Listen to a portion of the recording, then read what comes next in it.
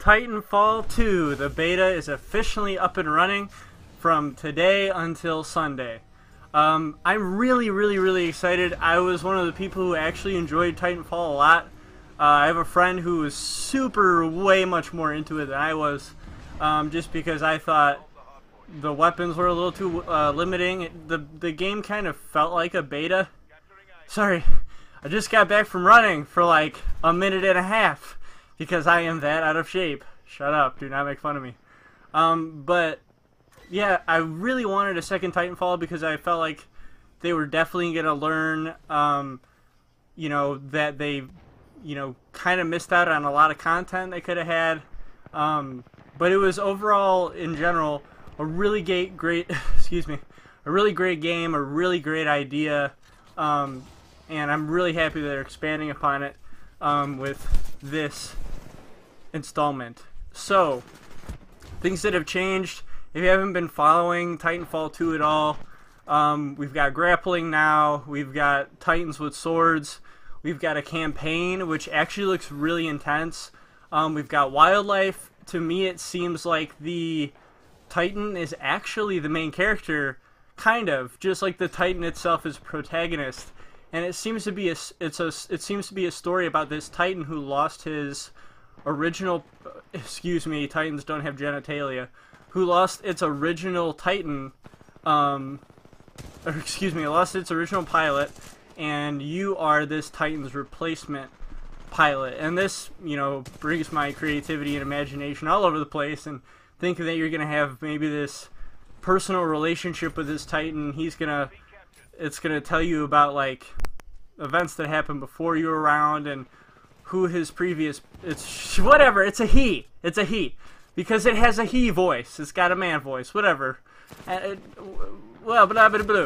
and maybe it's gonna tell you about, you know, its previous pilot's life, or, you know, what the war was like, or just a little bit of storytelling and whatever. But the story does seem to be like a relationship between relationship. Oh my god, that was horrible. Shut up, don't say anything. Oh my god, I'm embarrassing the hell out of myself. Anyway, so it seems the Titan and the pilot have got this relationship going on.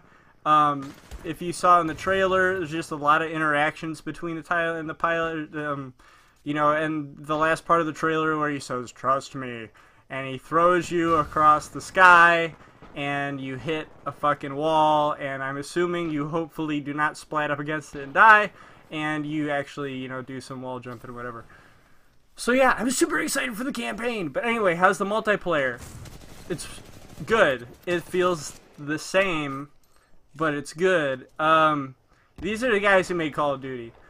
So there's not going to be a whole lot of big changes. But then again, it's also a beta. But then again, the Destiny beta we thought was also a beta, when it turns out it was the actual game, and no content was missing at all, except for all the content that was missing. But grappling is really fun. Obviously we're not going to see the entire arsenal of weapons in the beta. Hopefully there's like double the amount that there was in the first game. Let's talk about the Titans. It seems the Titans aren't really a huge part of the game. People seem to love being boots on the ground, love shooting their guns. For me personally, I don't use my Titan that much. I mean, Titans are a hell of a lot of fun. You know, it feels like that chopper gunner. You know, it feels like that, you know, kill streak where, you know, you're able to just gun down, you know, as many foes as you can. You know, as many as you can. So yeah, but I don't like, I'm not like excited and waiting for that Titan to drop and be like, yes, this is what I want to do, you know, this is the reason I play the game, you know. The Titans aren't super paramount to having fun in this game. They're nice, they're a cool little extra flavor to the game, you know. Like I said, the story seems to be very much about the Titans themselves. So it's not like I'd like this game without Titans. I feel like it'd be very boring. What they seem to have cut out from the game was all the robots running around.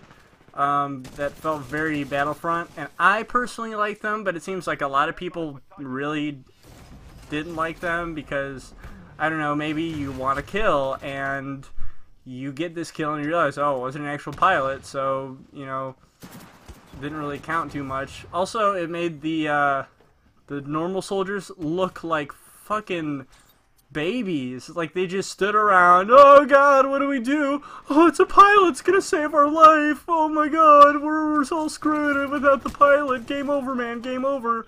And they just seemed like a bunch of pussies. So they got rid of those guys. It's still action-packed, it's still really intense.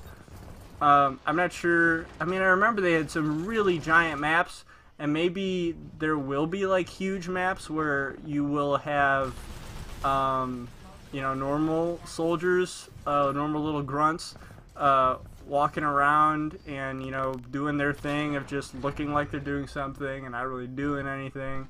So I personally like that because, like I said, I love Battlefront, the original one, not the stupid one. But I like Battlefront 2. I love the interaction with all the, you know, soldiers and, you know, having, you know, NPC soldiers running around and stuff like that. So that was an aspect of the game I enjoyed, and I thought it, you know, made it a whole new experience.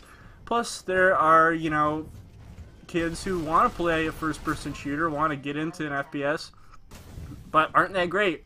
And this gives them something to do. You know, if they can't get kills, they can, you know, pick off all these grunts and all these little robots. The factions, they seem really cool. Like, in the original, I didn't really know who to root for, who was good, who was bad. People seem really generic and didn't seem to have a lot of character to them. But the bad guy in this one, like you saw in the beginning, it's super cheesy. He's like, look at my knife. I can spin it around and point it at all of your necks and make you scared. So that was really weird. I mean, it was kind of cool, but then it was kind of like, okay, awkward. But there's a set villain in this game. I'm assuming it's going to be one of those like 5-hour campaigns because it's very much focused on multiplayer. You know, it's for the multiplayer. So I don't really think it's going to be a really big, intensive campaign. They're going to have, you know, stuff in there for you to enjoy. It's going to be a story. It's not going to be just, you know, like the original one where it was multiplayer maps with stupid dialogue over it. And the campaign in that game, quote unquote, was broken as fuck. Because if you lost connection in the middle of a story mission, which shouldn't ever happen, losing connection in a campaign story mission. So, you know, hopefully that's going to be offline. I'm assuming it's going to be offline. So yeah, but the campaign does look really good, and I'm very excited to see it. I think the game is coming out October 26th, so you can look forward to that. Left this part in just so you guys can see how the unlocks work and all that stuff. You seem to be given 1 point per whatever. I still don't really understand how this whole system works, but other than that, it seems pretty intuitive. Alright, I will see you guys next video.